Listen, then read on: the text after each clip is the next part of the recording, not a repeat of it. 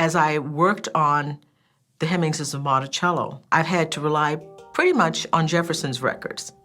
And that's always a tricky business because Jefferson is enslaving people. He has a particular attitude about them. So you have to read the evidence with that in mind.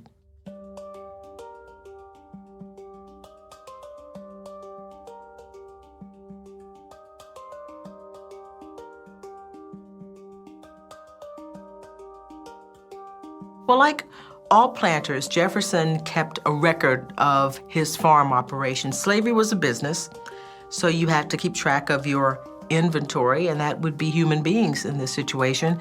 The kinds of things that he was giving out to them, clothing, food, family relations, all those kinds of things he kept in the farm book. The first time I saw pages from the farm book was when I was a teenager. And when I started working on my first book, I went to give a talk at the Massachusetts Historical Society, and I was allowed to actually hold it and go through the farm book. And it was just amazing to see it and to hold it, because this is a document that I'd been looking at in facsimile form for all these years.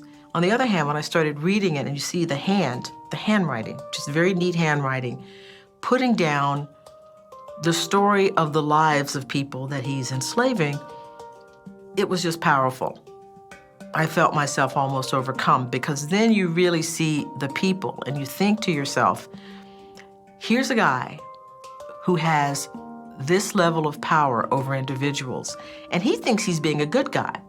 And he is seeing himself clearly as, I'm the benevolent great white father.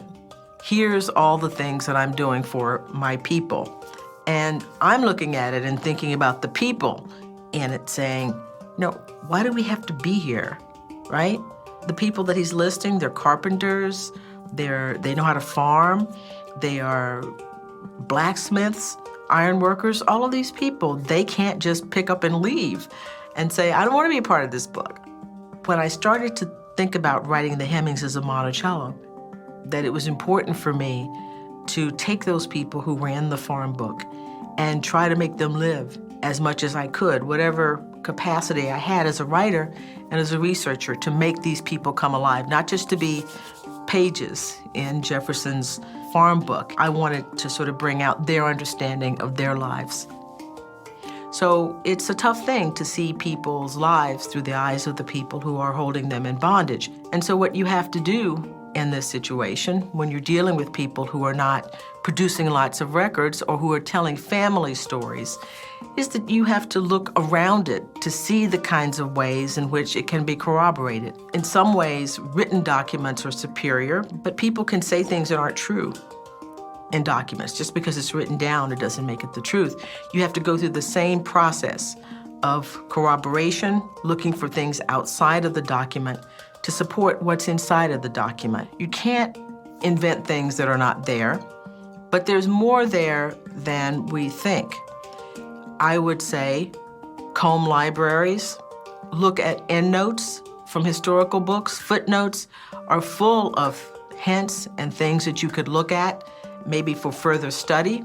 The other thing to keep in mind is that don't be afraid to identify with enslaved people. Don't be afraid to think of them as anything other than human beings, and to trust your own instincts about the material that you're reading. Trust your own instincts about how a human being would act or feel in a particular circumstance. There's a famous saying that the past is a foreign country, but it's not a different planet.